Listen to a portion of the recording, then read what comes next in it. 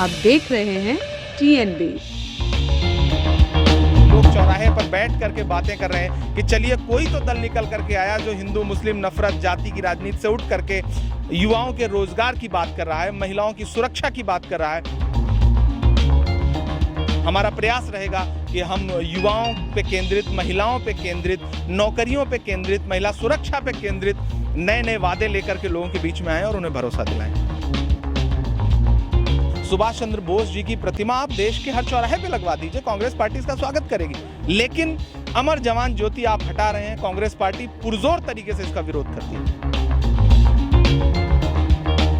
आज कांग्रेस ने अपना घोषणा पत्र, युवा घोषणा पत्र यूपी के लिए जारी कर दिया है। हमारे साथ ज़्यादा बातचीत करने के लिए कांग्रेस लीडर इमरान मौजूद हैं। सर, किस तरीके से जो आज ये घोषणा पत्र लागू किया गया है, घोषणा की गई है, उसको किस तरीके से देखिए, बहुत ऐतिहासिक पल है ये, और देश का युवा आज टकटकी लगा के देख रहा था कि कांग्रेस इस भर्ती विधान के जरिए क्या दावा करने जा रही है। और कांग्रेस का जो घोषणा पत्र आया है, सोशल मीडिया पे लोगों की प्रतिक्रियाएं देख लीजिए। और आज आप उत्तर प्रदेश के ग्रामीण अंचलों में भी जाएंगी तो आपको लगातार हम लोगों को ये फीडबैक आ रहा है कि लोग चौराहे पर बैठ करके बातें कर रहे हैं कि चलिए कोई तो दल निकल करके आया जो हिंदू मुस्लिम नफरत जाति की राजनीति से उठ करके युवाओं के रोजगार की बात कर रहा है, महिलाओं की सुरक्षा की बात कर रहा है, महिलाओं को 40% आरक्षण की न सिर्फ बात कर रहा है बल्कि उन्हें टिकटों में 40% का आरक्षण भी दे रहा है।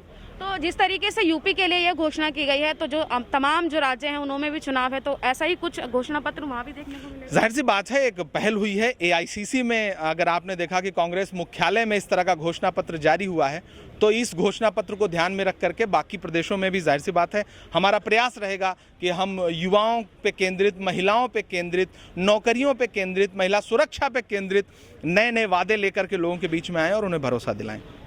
यूपी में कांग्रेस की तरफ से सीएम के चेहरे को लेकर क्या कहना चाहिए?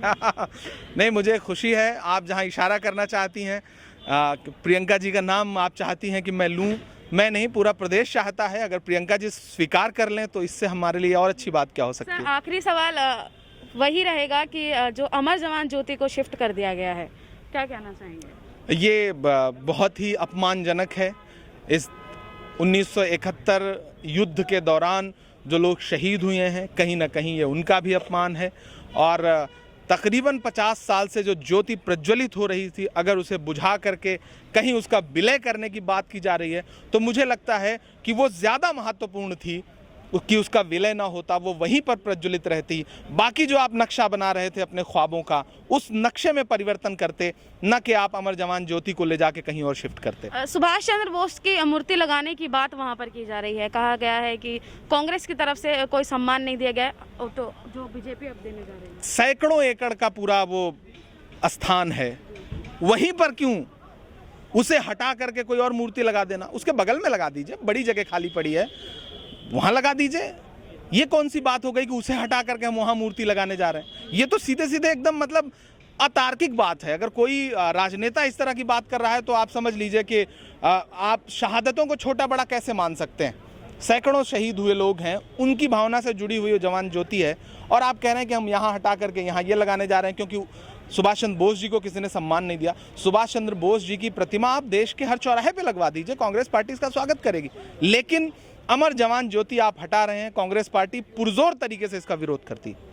जिस तरीके से जो अमर जवान ज्योति को शिफ्ट कर दिया गया है, उसको लेकर क्या कुछ जो है कांग्रेस नेता इमरान ने कहा, वो आप सुन ही चुके हैं। इसी के साथ ही जो घोषणा पत्र आज यूपी के लिए जो घोषणा पत्र आज जारी हुआ है, युवा घोषणा पत्र जो जारी हुआ है, उसको लेकर भी उन्होंने क्या कुछ कहा ये आप सुन चुके हैं। उन्होंने कहा है कि जिस तरीके से कांग्रेस ने जो वादे किए हैं इस घोषणा पत्र को लेके, वो वादे खोखले साबित नहीं होंगे, और जो वादे हैं वो अगर उनकी सरकार बनती है तो वो पूरे किए जाएंगे। कैमरा पर्सन शुभम सिन्हा के साथ मैं निशा लकवाल, TNB न्यूज़, दिल्ली।